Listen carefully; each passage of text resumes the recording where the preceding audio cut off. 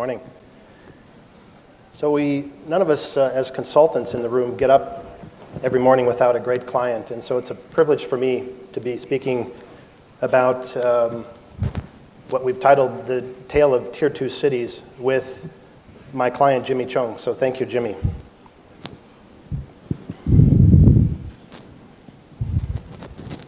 So this very basic diagram, we've talked about it in a number of occasions here in the past few days, shows the dramatic urbanization that's happened across China in the last 50 years, or 100 years. Actually, it's showing basically from 2011, population 50% or more in cities, and as it moves forward into 2050, about 75% of the population will end up in cities. What's interesting is that a sizable amount of that population is moving to what we call Tier 2 cities. This diagram is actually 50 Chinese cities, and they have actually tiered them into 5 different categories. We're all very familiar with what you would call Tier 1 cities: Beijing, Shanghai, Guangzhou, Shenzhen.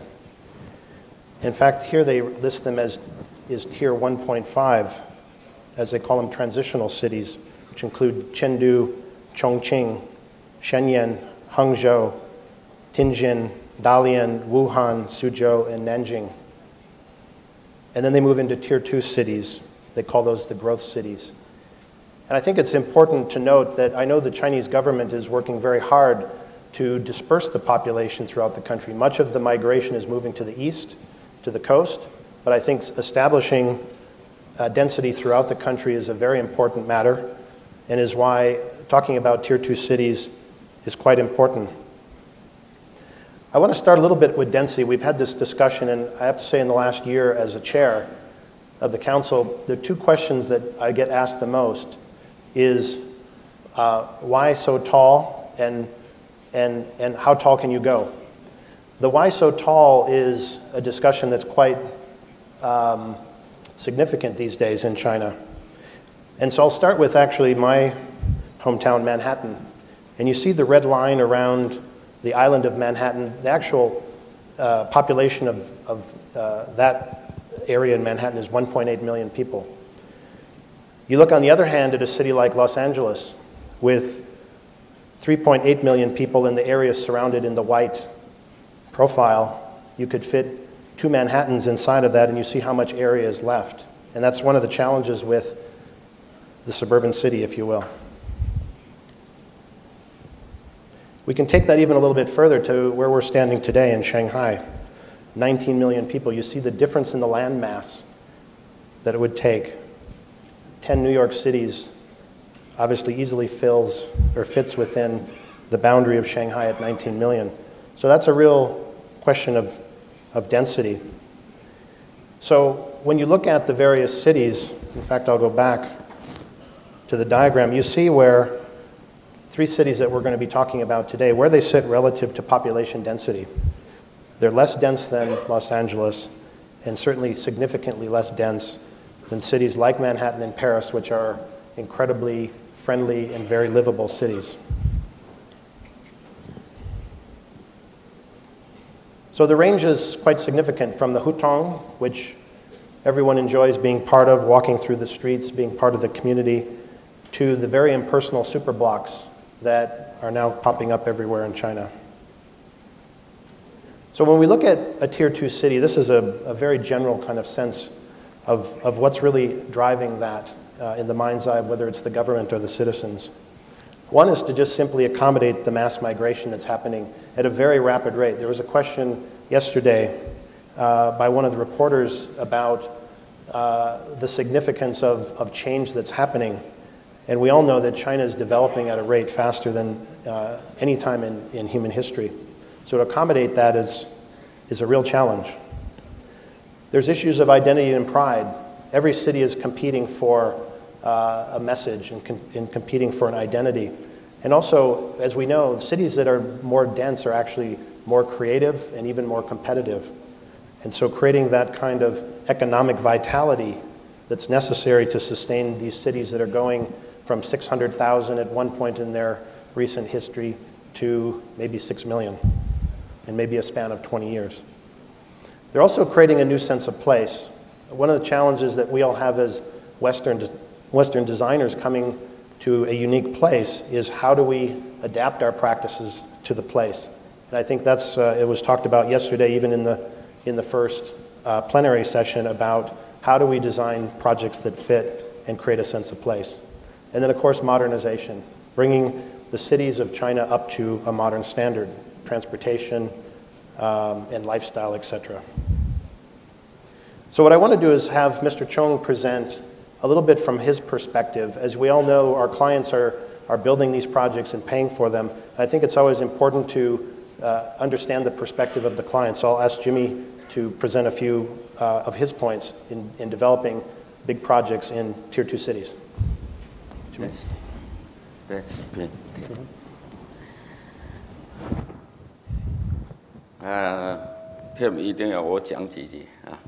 All right, so I will also share with you some of my perspectives very briefly.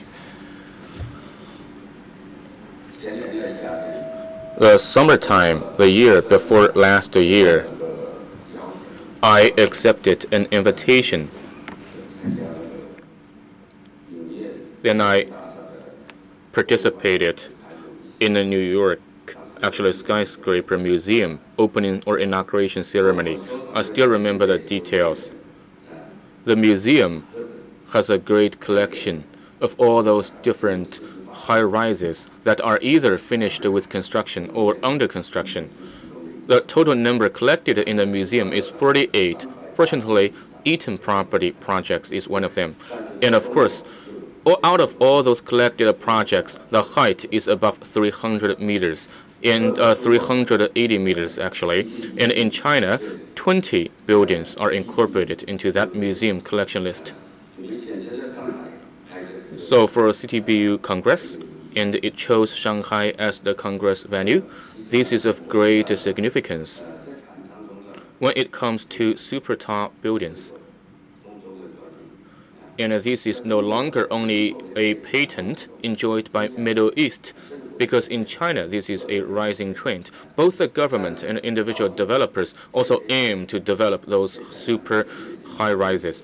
But where to build them and how far we should go or how high we should reach, yeah, this is quite a controversial issue. And when it comes to Americans, why they need to construct the skyscrapers, there may be some good reasons behind. But in China, the conditions may be different. As we know, Eaton Property Company is a private sector company. And we are deeply aware that currently, if we rely on one individual shareholder that invests all the money to build a super tall building, this is quite a rare situation, actually. But Eaton made it. And we really thank the Chinese market for the great opportunities that are presenting themselves here. And we think that the super tall buildings may be some special space or platform where people can have social activities or office dealings. What we pay attention is not only height, as a matter of fact, but rather in those mature compounds, in the blocks, in the urban space, how can we do sustainable development of those sustainable buildings so that we can create added value. So the urban complex is a very important concept, and the skyscrapers are only a part of the kind of urban complex. Not all urban complex are all high-rises. All right, that's for my introduction. Thank you. So one of the challenges with, interestingly enough, although I think we all know that land prices are cheaper in a Tier 2 city or beyond, the construction cost is not too far different than a Tier 1 city. However, rental rates, let's say for an office building, may be 1/5 that you would receive in a city like Shanghai. So we have to be, as designers, we have to be very mindful of our client's business strategy. Also, with the case of Eaton and others as well that aren't government financed, that are privately financed, there's a whole mechanism of how these projects are put together that's very important to understand. And I think also this idea to capture the market or to create a market. A lot of these cities are going from very more primitive kind of urban situations to incredibly modern situations in a very short amount of time. and you have to understand that you're really creating a market that others are going to follow.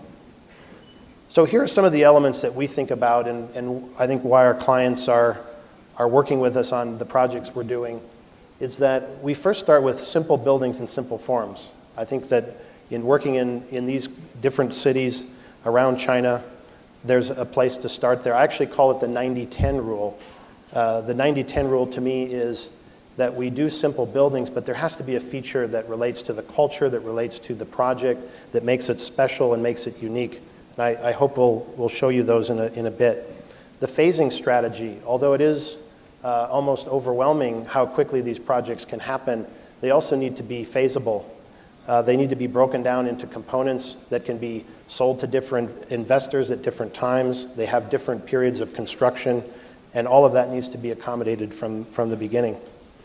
The market study of the appropriate programs, the fine-tuning of it often comes down to the developer, but it's remarkable sometimes when we're involved in a project that our clients will ask us to make proposals on the type of program that would fit our design vision for the particular site, and I'll come back to that. Creating a center. We have been very fortunate to work in the central business districts in the main parts of the city, and we realize that we not only have to engage the city as it exists, but we also have to realize that the projects we're doing will transform the city moving forward. Efficient structure, even curtain wall, things that are significant costs in a building, we need to be very efficient with those elements. And we also need to maximize value through the quality of projects, through the views, aspects that make these projects unique, and certainly through creating landmarks. Oftentimes, the projects we're working on are the pet projects of various mayors that are out for this identity for their city. At the same time, there's a developer that's paying for those. So let's move to Dalian. If you haven't been to Dalian, it's an incredibly beautiful city. It's in the northeast part of China. It's actually a beautiful port city. Has had many cultural influences over the history with Japan, Russia, as well as China. And it's one of those cities that maybe 20 years ago was 600,000 people. Now it's over 6 million and growing. This is a Google Earth map of the city, and you can see how dense it is. It's actually quite topographic. It has a series of mountains that are very green, and it's interesting, at the far right of the slide, you can see where the central business district and the port is, which is on the north side of the site, or of the city. And then you have the green mountains in the middle, and basically the beaches on the south side. So when we look at the city, we think about the urban areas, and we think about how we can fit within the context of the city, and also with our site being here, how we're connecting to the various elements, not only the traffic systems, but also how you move from one side of the other, of one side of the island back to the other. And in this particular project, we took this combination of the urban and the nature, and we put it together on the site. And I think as I move through, I think you'll see how we've manifested that. So when we think about a project, density is, of course, always a big issue. The goal here was to maximize the FAR. We were actually able to attain a 10 FAR for the site. And when you start playing around on a 6-hectare site with an FAR of 10, there's typically a lot of vertical elements that you create. In this case, we have 5 towers. There's a very large, what we call Super Tower 1 here, that's 383 meters. We have Super Tower 2 here, which is 280 meters. And then we have 3 residential projects that are residential towers that are 150 meters. And you can see by this analysis, we also think very carefully up front about the orientation, prevailing winds, things that will affect tall buildings in the city, and optimize those to the extent that we can. This site is almost perfect in the fact that the south-facing buildings are the residential and north-facing are the commercial. So you can see here in terms of the density, one of the other factors from a development perspective is that the 3 residential buildings wanted to be built first, partly because the site was ready to build in those areas, but also, as you can imagine, from an economic driver point of view, to capitalize on being able to sell those units would allow the equity to be built up to sell the commercial. When I talked about the maximizing the value, this is a diagram when we look at the relationship of the two tall towers and the residential, the orientation of the buildings, as well as the bending of certain elements like the residential, is all about capturing views and not looking directly into other buildings. So that's always the challenge in a dense urban environment, and as you're adding, in a way, a city within a city, to travel, to have views out actually creates a tremendous amount of value for the property. So this is the tower, or the complex at large, and you can see already, I think, fairly simple forms for the very tall towers. They're squares in plan. However, we did do our 10% twist, if you will, and we've cut the corner of the building open on this side. So the Super Tower 1 has the tower that's split open at the corner. I'll come back to that. The other important aspect is how you relate to, as I said before, the existing aspects of the city, circulation. If you know Dalian, there's a major boulevard that runs through the center of town with a series of famous turnabouts, and we're actually right at the end of that axis, so our project's a terminus of that. We're also very close to the train station, which is literally across the street.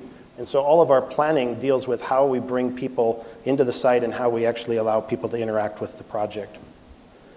These are drawings of the lower levels of the project, and there's also an extensive below-ground transportation system that we're linking into as well. And as you know, many of the Tier 2 cities are putting in very extensive subway systems, and you need to plan for those types of connections.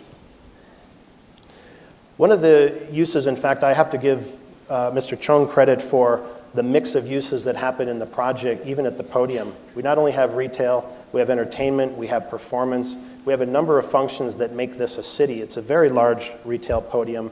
We enter at multiple levels, so we're breaking down the scale, allowing the city to pass through it. But that's been a real strong aspect of the project through the vision of Mr. Cheung. One of the project's, I think, social contributors to the public at large is the fact that, as you saw, the series of towers sit on the podium, and there's a tremendously large area on the roof. So having the ability to landscape that and create a park, not only for the residents that are there and the people that are using the buildings, but also for the public. And this is a view from the roof garden. Another view from the residences looking down on the roof. This would be 5 floors off of the city. So when we look at the program mix, the retail exists at the lower levels, office, actually 2 hotels, one a more traditional hotel and one a suites hotel with restaurants and observation at the top, so typical mixed use. What was interesting with so many tall buildings, actually the office area is quite low. And one of the things that I remember very early on, we've been working on this project for about eight years. When I first went to Dalian, there was a building across the street that was completely finished, but it was totally empty. And so the office market we knew was a tough market. Although we have very tall buildings, having a small amount of office was a big part of that, following the market. So one of the challenges that I mentioned with a very simple building in our 10% twist, if you will, is that as we cut the corner away from the building, we also added an atrium in the middle. Now, very similar to the Jin Mao Tower with the atrium, which becomes the real arrival and centerpiece for the hotel, we didn't keep the atrium in the middle, we actually pushed it to the corner. And we did that for a very specific reason. One is we felt that we wanted to connect people to the city, so people that are within the building can connect out and see tremendous views out to the water and out to the city, but also for the city to see in.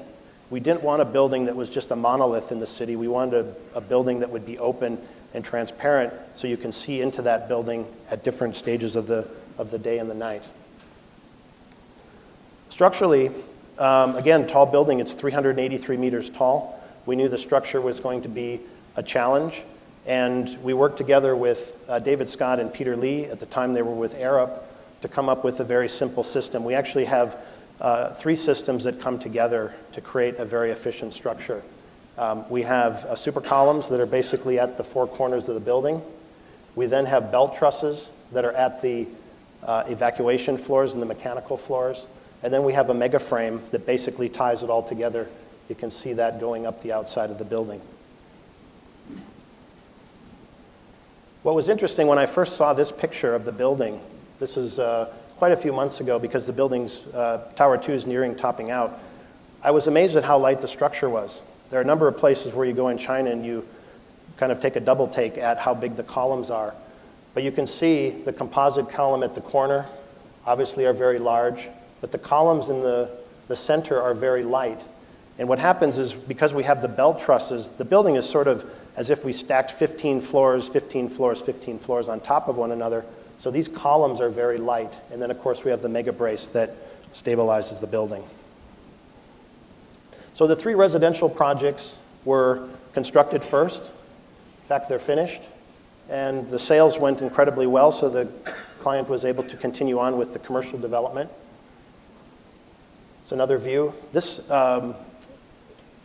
building, in fact, Yuanda was the curtain wall manufacturer, and they told us very early on that this was the first building in Northeast China that had a unitized double insulated glass wall with low E. We thought it was fairly standard, but in fact this was the first project to have that in Northeast China. The quality control was very high. Obviously the performance, the energy performance is very high. It's another view from within the city.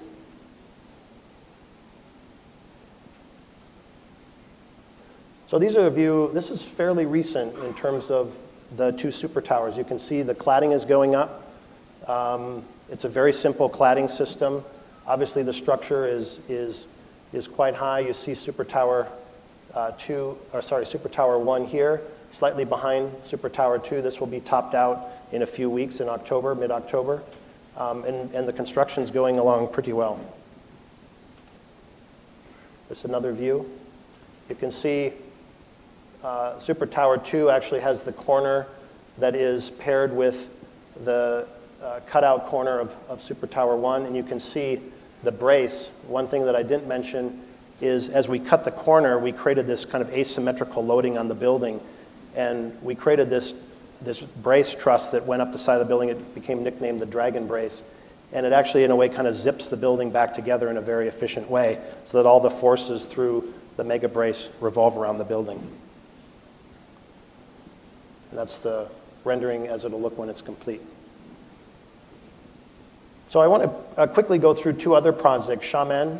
Xiamen is actually a very beautiful waterfront city just north of Hong Kong. And this one we took a slightly different approach. This has the grain of the city is much finer in terms of how it works. So understanding our relationship with the water, understanding the relationship we have with the city around us, and knowing that we're going to transform this part of town. And then also, at the far right, making a gesture to actually bring a center to this place. So here's the view of the project. It's a 250-meter tall tower, which is a Soho, a small office, home office, and a very large hotel, which is more of a low-rise horizontal, which actually allows you to a gateway out to the water from a central space which is ringed with retail. So you see the site plan. The 250-meter tower is here at the corner.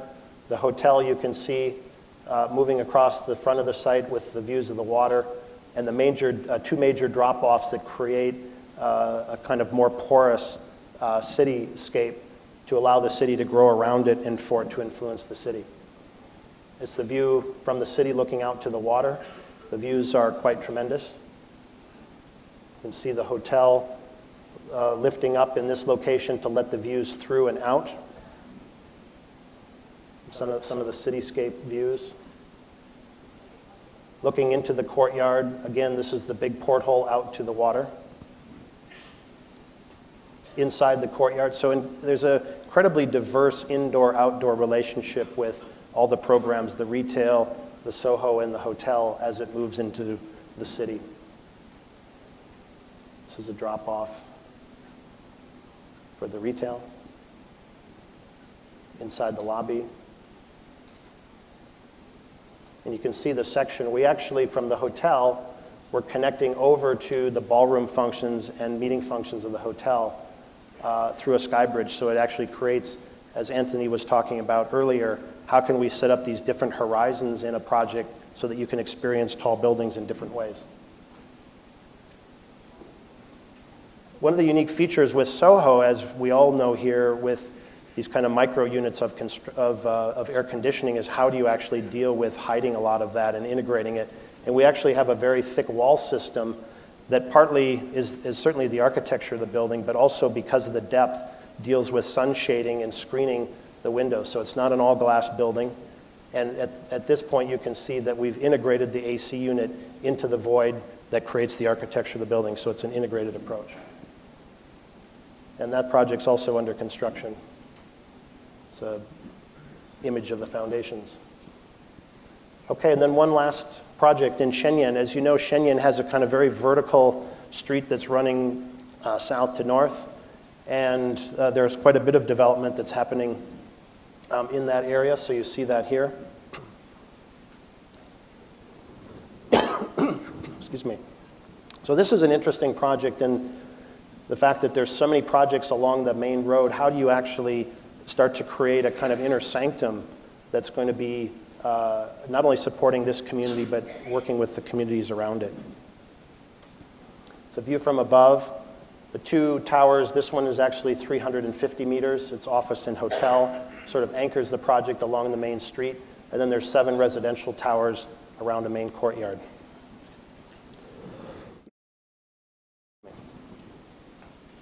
One of the ideas of this project, again, very simple towers, but to use a kind of pattern graphic for the glass to actually break down and to create a unique image within the city. This is looking up from below. So this is that inner world that is meant to be a real integrator of not only all the programs, but bringing people into the site for different events, whether it's for retail, if you're living there, working there, playing there. It's all part of the process of moving through the building. The view from the main corner. Again, that inner sanctum with some different levels that are connecting across, showing multiple levels. Another view of the courtyard. And a view within the city. So you can see there are dramatically tall buildings, and there's a series of these projects along this street, this main street. So a summary is, as I started, a lot of this population, these 300 million people that are moving from the city, from a rural situation in the cities, are going to end up in Tier 2 cities. And projects like this, with the density and with a kind of substantial amount of program on a site, need to be treated properly and need to be designed with all the aspects of a humane city in mind. Thank you.